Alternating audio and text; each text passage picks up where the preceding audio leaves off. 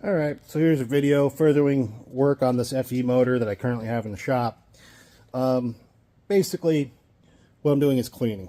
So yesterday I posted a quick short about modifying the oil galleys for the tapped screwed in plugs, which was great. That was all done. I then took the engine over to the front of the shop, set some containers underneath it to catch all the excess fluids, washed it indoors, pressure washed it. Not only that, did I pressure wash it, but I also have all my engine galley brushes and giant bore brushes, and soak the whole engine down with a ton of Simple Green, scrub everything out, do it again, scrub everything out, do it again, and then rinse it all. And then the key here is during that rinsing phase, make sure when you're cleaning a motor like this, old cast iron especially, seems to be a little worse in this regard. It's going to want to flash rust anything that's been freshly machined really quickly, so you have to be on the spot. So basically, as soon as you get done pressure washing everything out and get it all clean, before that water has time to dry on its own, get the air gun, blow it all off as quickly as you can, hit it with WD-40 over every bare surface that there is. Otherwise, it's going to start turning a bronzish kind of color, and that is rust staining. If that happens, for the record, it ain't going to bother anything. It's just understand that if you let it go too long, it's going to continue to get worse until you end up having to re-clean everything with like a Scotch-Brite or some sort of very, very mild abrasive in order to get it back off. And that's not ideal here. So long story short, how long did all the cleaning work actually take? Well, it took in total, the cleaning of this engine to get it ready for assembly took by itself a solid 8 hours. I was actually here in total doing it for around 10, but there were some breaks I had to take in the middle to go get supplies or whatever for other jobs and some for this job. So running in and out twice to go get parts and equipment is what it is. So that's normal. So that's a professional shop is not just going to take an engine and hot tank it. If they are, they could be selling you a ticking time bomb, because when you get an oil pump that goes bad, it puts all the trash through the galleys, and a hot tank will not get rid of that. In case in point, I was thinking about taking a little photo of what just cleaning out the galleys with the brushes and spraying the Simple Green through it and continue to clean. It turned a container that had probably about 3 or 4 gallons of water in it a black color. So anything that was left in there would be coming right back out once fresh oil hits it. No questions asked. So that's why getting every single galley open and cleaned is precedent if you're building a motor and you want to make sure it lasts, and you want to give yourself some peace of mind to not worry, well, what if some metal chunks makes its way out of the galleys one day and shortly after you build the motor? Like, I don't have to worry about that because I know there's no way, they're clean. And then the prep work to get this block ready to be cleaned, which included the initial hot tanking, machining. So it got decked, bored, honed, line honed. Right there, I mean, machine shop rates, it's depending on your area, you're probably talking $900 to $2,000 worth of machine work. And then when you talk the actual time running back and forth to the machine shop for that stuff, this is why I'm trying to get my own engine work stuff up going here. So not because the machine work I'm getting done is bad at all. It's just because I want to be able to do it myself, because time-wise, that hour trip to the shop and back, or the hour trip to go get the blocks laser cleaned and back, or get a block hot tanked and back, you're losing time, you're losing money as a business. It's one thing to keep in mind. When you're doing it for yourself, that's really less of a concern. So all that, then finding a small crack in the deck that was attached to the one water hole that comes on the back passenger side that was caused by a casting issue that didn't present, because we did have the whole block fluxed, magnet flux check for cracks. It didn't have any until after the decking was done. And what it was caused by is the one hole wasn't properly shaped, and there was a bit of casting flash that required to be ground. And again, now you've got more metal and everything. You've got to really clean everything out. So it's all cleaned out. Everything's good. Plus the oil system mods, where I put a little bit of debris into the system because there's just no way to feasibly keep it all out. I mean, you could try to plug every single galley and minimize it wherever else it could go, but if you're going to have the galleys uncorked and cleaned and open wide to receive all the goodness of bottle brushes and cleaners, it's not really going to be a problem. So there's that. And then after all that was done, today I'm starting on the final cleaning. Now, this went and got done in Sun and Hone, and then he used the corks to help, which is supposed to help clean the walls up, and it does. But if you look, you can see by the discoloration on these rags, that's all hone and metal coming out of the hone after I don't know how many rounds of clearing. So if curious about what else is in the shop, Porsche motor, there's 2 of those, LS over there, another Porsche motor, that's a direct injected one. The over there in the other room, there's small block Mopar, another LS, Jeep 4.2 liter. There's a whole ton of stuff going on at the same time. Just happens to be the nature of working on motors. You're always going to have more than one. And that's probably for the best, because what you'll find if you do a lot of this is you're going to get so many bad parts coming in these days, or just wrong parts in the right box kind of situation, that at least if you have something else you can switch to and work on, you're not completely losing the day. If you're thinking about doing engine work for a business, I can't really say I recommend it a whole lot. It's part of the reason why I've gotten into the CNC machining side of things, is because I can run the machines making parts to sell while I come over here and build a motor. And while the machines, you do have to proof the programs. There's more to it than just doing that. But once you get the proofed program done and run, it's kind of that easy. Just swap the part, position it correctly, do your datums, send it. Kind of takes care of itself. And it's just income on top of your other income, if for lack of a better term. So, yeah. And this right now, I've been here since 8 o'clock this morning. I'm 3 hours. I'm just about done scrubbing all these bores repeatedly.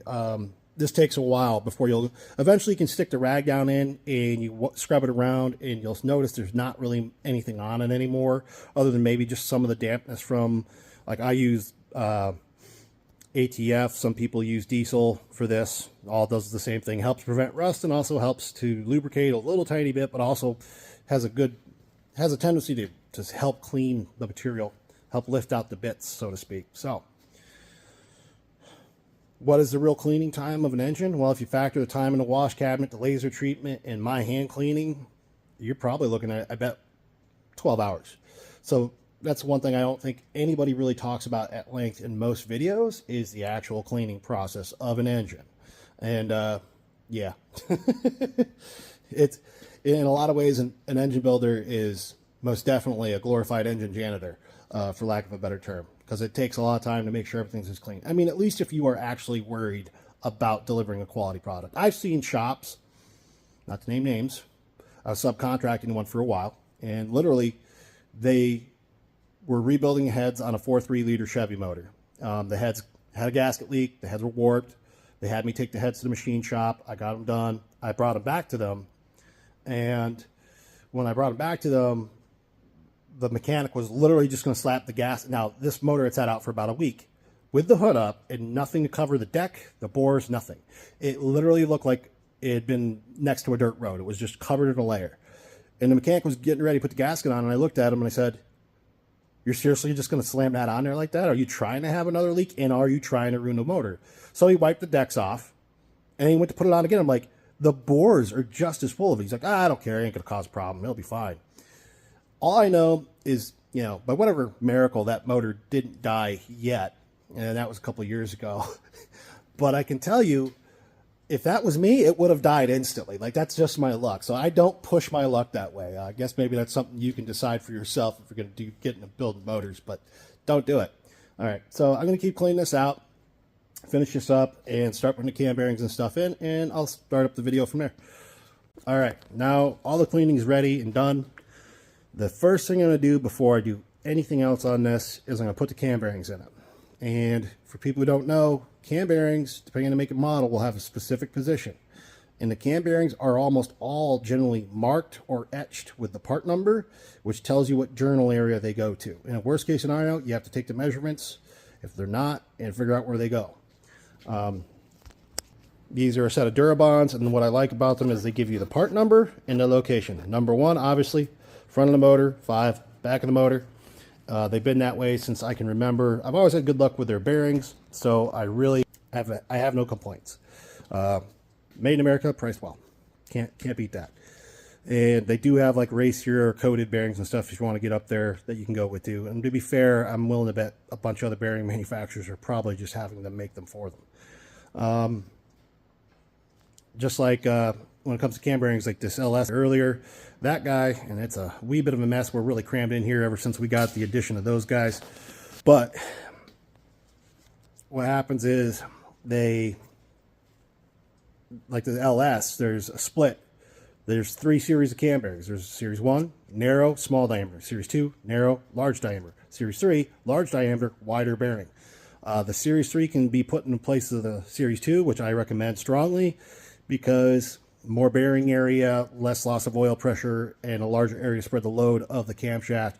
The Series 1 bearings, you get around 130, 150, they're all worn into the copper. And yeah, you can say, I'll just ignore that. But, you know, if you're building it for somebody else and you're taking the liability of that, you just don't run that chance. That's just common sense. So if you're doing it for yourself and you want to take the chance, by all means, if your ship blows up, that's on you and you're the one who has to pay to fix it. But if you're building a motor for a customer, that is not how that works. So there's a quick video portion on cam bearing install. Okay, update. All the cam bearings are installed except for the front main. I'd like to install the rear ones in this position because they're easier to get lined up. This one's probably the hardest one in the very rear, number 5, because it's got an offset oil galley. But if you just shine a light in through the plug and you can see light coming out through the hole in the bearing, you're fine. The rest of these, you can just shine a light down in the bearing towards the little hole here. And as long as you see light coming up, you can actually easily see the center line of the hole for bearing. So you can see you got it lined up well. And also you're going to use the webbing material, the block itself, to make sure you're good. On this front one, I'm going to split the block around, right side up, because there's 2 holes that need to be lined up. This block has a groove around every bearing, the number 2 through 5. So it's not as critical to have a perfect alignment of the oil hole into that groove, because the oil flows around those bearings. But what is critical with the front one is they are lined up right, otherwise you're denying oil to certain parts of the engine. And other makes and models of engines, this is a lot more critical, like Mopars with shaft mount rockers, because they have 2 holes and they have to be lined up, and those holes are rolled from one side to the other on journals 2 and 3. Just be cognizant, every motor's a little different, but this gives you a good idea. Also, if you look at the bearing, there's a really nice chamfer. Make sure that's the side you're pushing in. Makes life a lot easier. Otherwise, you're probably going to roast the bearing and have to buy another set.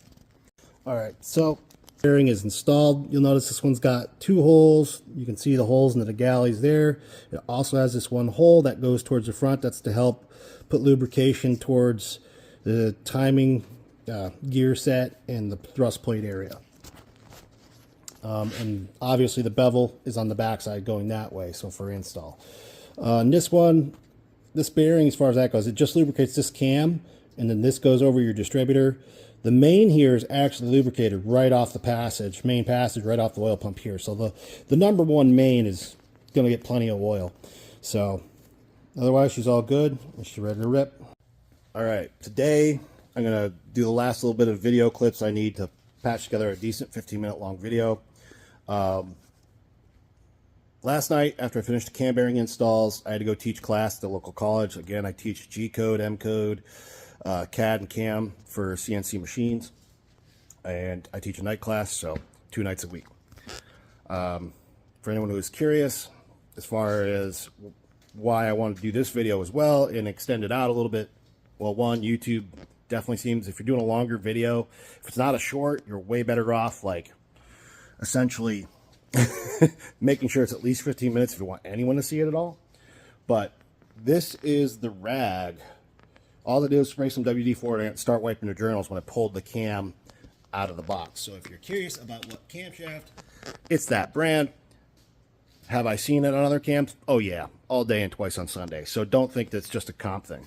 But you'll notice that that issue of them being kind of dirty is a lot worse with the cast cores than it is with billet and solid roller cores. Those will still have some grime on them, but they're not going to be that bad. So after this got done, I took the cam over to Shop Sink, sprayed it some Simple Green, scrubbed it down with a plastic brush, got it nice and clean, lubed it up with some WD to stop any rust, and brought it back over. After I got it back over, you'll see it's in the block, and she spins nice and free. Make sure you just use a little bit of light oil on this, guys. Don't use a real heavy oil.